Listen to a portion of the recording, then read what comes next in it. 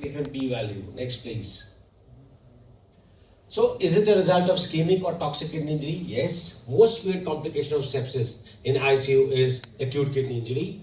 And by Waters et al. In World War II showed crush injury related AKI during London bombings, mortality was 100%. So, that is the magnitude of acute kidney injury and loss of life because of that. Next, please. So Wilhelm Koch used hemodialysis for acute renal failure. Previously used to call it renal failure. So renal failure introduced in the late 1940s. Hemodialysis was used systematically for Korean War casualties. It resulted in the decreased mortality from 90 to 50%. And this is one of the best evidence to date that hemodialysis improves outcome for critically ill patients with acute kidney injury. Next, please.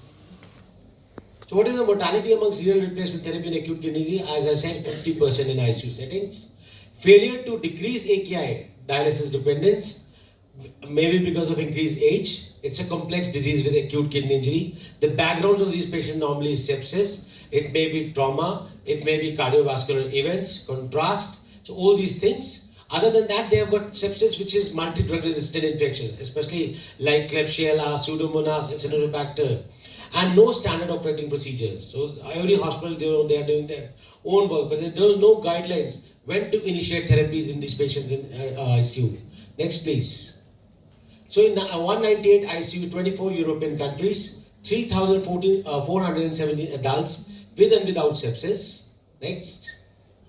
So if you look at sepsis versus no sepsis, the highest number of patients were of cardiovascular with sepsis, followed by kidney and lung. So sepsis becomes an important factor in causing renal dysfunction and leading to a need for renal replacement therapy, whether this is SLED or CRRT, depending on the hemodynamics of the patient. Next, please. Median hospital length of stay stratified by the single acute organ system dysfunction, including AKI. Yeah, next, please. Yeah, so you can see the highest number of patients, the median hospital length of stay was highest of patients who required renal support. So longest stay. The more the length of the stay, the more the cost to both the country and to the patient, followed by respiratory, hematological, hepatic, neurological, and cardiac. Next, please.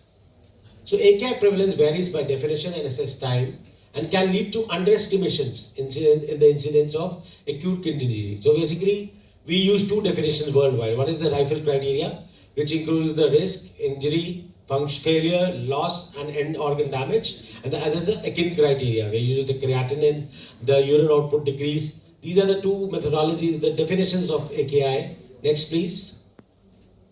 So if you look at, this was a Nature review in 2009 to 2011, the incidence of AKI amongst all ICU patients, 30 to 40% had no AKI, 60 to 70 were AKI by Reifel criteria, including urine output, 30 to 40% AKI by serum creatinine prior to admission. So they had a baseline level of creatinine, and according to that, you could see that it was AKI or not, and 20 to 30% AKI by serum creatinine levels relative to admission. So 0.3, if there's a 30% rise in the baseline creatinine from the date of admission, you can call it acute kidney injury. So sometimes, a lot of patients do not have a previous reports. They don't have, or they have it, they don't remember it. They don't carry the records. So these are the various definitions used. And if you look, the most important thing is 40 to 50% AKI by serum creatinine level, both prior to and after admission. So it's a overlap between patients having previous creatinine, patients not having previous creatinine. But if you look at the incidence of AKI requiring RRT, almost 60 to 70% patients will have some or the other amount of renal dysfunction. Next, please. So there are two modalities that we use. One is the intermittent therapies, which you can use a maintenance hemodialysis. If hemodynamics allows you, you can use slow, low efficiency dialysis, known as SLED. And the other is a continuous therapy like CRRT, continuous renal replacement therapies. Next, please. So what are the CRRT modality strategies? Yeah, next, please.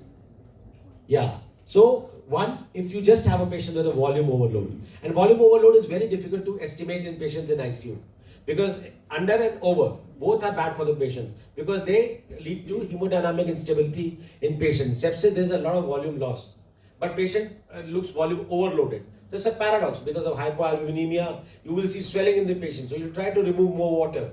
But on the other side, the hemodynamics will go down. The vasotropic ion or the inotropic requirement of the patient will go up. So if you just want to remove water, you can use a simple modality known as cuff or slow continuous ultrafiltration.